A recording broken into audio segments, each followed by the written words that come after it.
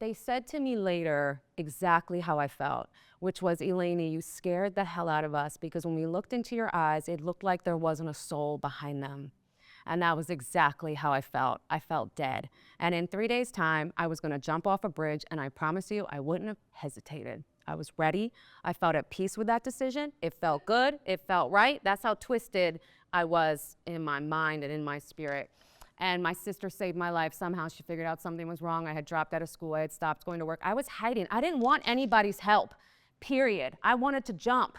I didn't want intervention. I didn't want anyone to care. I didn't want anybody's help. I wasn't reaching my hand out, please help me, to family, to anyone. I wanted to jump. That's it. I just wanted it to be over because I was suffering so intensely, mentally and physically, and self-medicating with alcohol and drugs. And I had been to every doctor in town. My parents spared no expense. They sent me to this guy up in Massachusetts who's famous. They sent me to Greece for special things. They sent me everywhere. They had the money and they spared no expense. And I got worse and worse and worse and worse over a 5-6 year period. And then I end up in the psych ward because I have a nervous breakdown that night. I end up in the psych ward because I kept saying out loud that which I never said before, which was on repeat, and I don't remember this, I'm gonna kill myself, I'm gonna kill myself, I'm gonna kill myself. And that's how I ended up in the psych ward, which is exactly where I belonged. And I stayed there, and I stayed there for a week. And I woke up the next morning, no memory of the 2 months prior. And I wake up there, and this girl from high school is taking my blood pressure, and I have no idea where I am. I'm like, Lindsay, what are you doing here? And she's probably like, what the hell are you doing here? She was probably thinking. But I was so dazed and confused. I was like, what's she doing here? And then within like 10 minutes, I start to understand where I am. And a bewilderment overcomes me like I have never experienced. How did my life come to this? If you only knew how many opportunities I had, if you only knew what I was capable of, what was I doing in the psych ward? My best thinking got me there. I got my bachelor's degree. I re-enrolled back in school, and I finished. And the first 3 years, I was drunk and high. The last year, I had brain fog real bad. And the degree comes in the mail. It's a paper. The real one isn't when you walk the stage. It comes in the mail. And my mom, never home, happened to be home that afternoon. And she's so excited. I'd have never finished if it wasn't for her. And she happened to be home, and I rip over the envelope, and she's behind me. I'm sitting, and we read it at the same time. And it says, Bachelor's of Behavioral Science.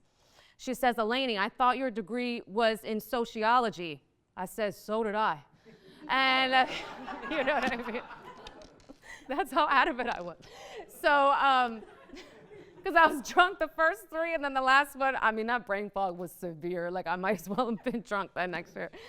And my mom never told anyone that story, and she loves a funny story. And I'll tell you what, non-alcoholics don't find it funny. So, at all. And I learned that the hard way at dinner one night. So, but I did finish. I went back and got my master's, and I got a 4.0, and my brain was working during that master's degree, so I retained all of it. And the old guys used to walk up to me, and they used to say, I'm so proud of you. And the first time I heard it, I damn near cried, because I'd never heard it before. And that it still makes you emotional when I think about it. And then slowly but surely over time, those old guys would come up to me again and say, I'm so proud of you. And it was, you know, kindness gives back. All these years later, I still remember that so clearly, and it makes me emotional. But it's something we should say to each other more often, because I would bet there's a lot of people like me who also never heard it.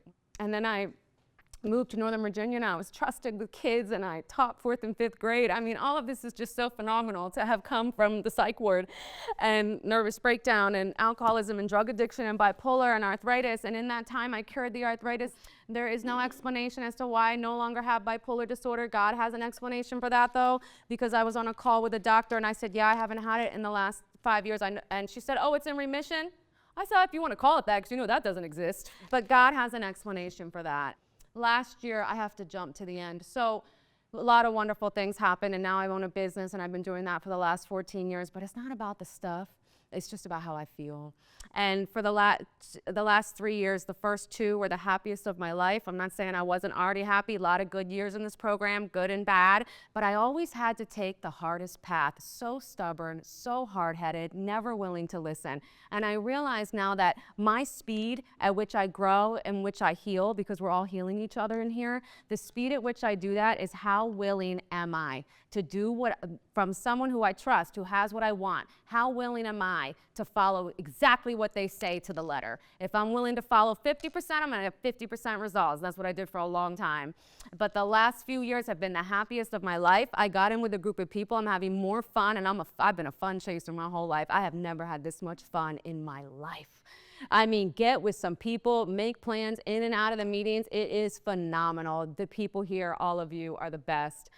And then this last year, though, I got thrusted into the 4th dimension where something happened. I was having a conversation with a stranger, and this person has no idea what went on in that millisecond of a moment within that 1-minute conversation with that stranger. And it felt like God pulled the curtain back, and I got to see the other side. And he showed me what was inside of this guy, which made me realize it's inside of all of us. And what I saw, what I heard, and what I felt, you wouldn't believe me. I don't have the words for it. It was so beautiful. It was so magical. I understood the grandness of God. I understood the power of God. I understood that this higher power is inside of me and inside of all of you. And that's how we heal each other, because God keeps getting to me through all of you, because he's in you. And that's why he keeps circling back to God. And we literally heal each other here. That's what people have done for me. I don't suffer from anything I used to suffer from anymore. And I had so many compounding problems. That is a miracle. I have figured out that God is with me, inside of me, conspiring to help me, pushing me, on my side, my friend, getting to me all the time. And he is always working to my advantage. And I'll just tell you this last thing. I had some people really betray me, I felt, in a terrible way last summer. I responded with love and kindness, and I just kept trying to be good to these people, and I just kept getting all this horridness back. And I was like, don't let Psycho Pete out, just calm down. And these people, they were coming good too. And I was like, stay calm, stay calm, stay calm, be loving, be kind, be patient, be tolerant, don't let them do it. Don't let them take you outside of yourself. You know, that's what I learned. I learned about accountability and personal responsibility. What's amazing is that once those situations were over, and they were very hard because I was very close with these people, but a few months later, once those situations were over, I was advanced to the next level. And I had found a deeper level of healing and a deeper level of peace. And I learned lesson after lesson after lesson. And I was able to wave goodbye and say, thank you for playing the role in my life precisely as you were supposed to. Thank you, because now God used you as my stepping stool, and he advanced me as a result of what you tried to do. Thank you. And now I can have more love towards you, more compassion. I can pray harder, I can be better, and I can still respond with love. That's amazing, coming from a raging, angriest alcoholic you ever met. All those years ago, I was raging. And now, give me your best shot. Don't come with any frivolous shit, because I'm gonna swat you away. You know, give me your best shot. Come with something good, because the worse it is, the more God is gonna use it to my advantage. This place is amazing. It is a miracle here. I love all of you. You all are my people and my tribe. Thank you for letting me share.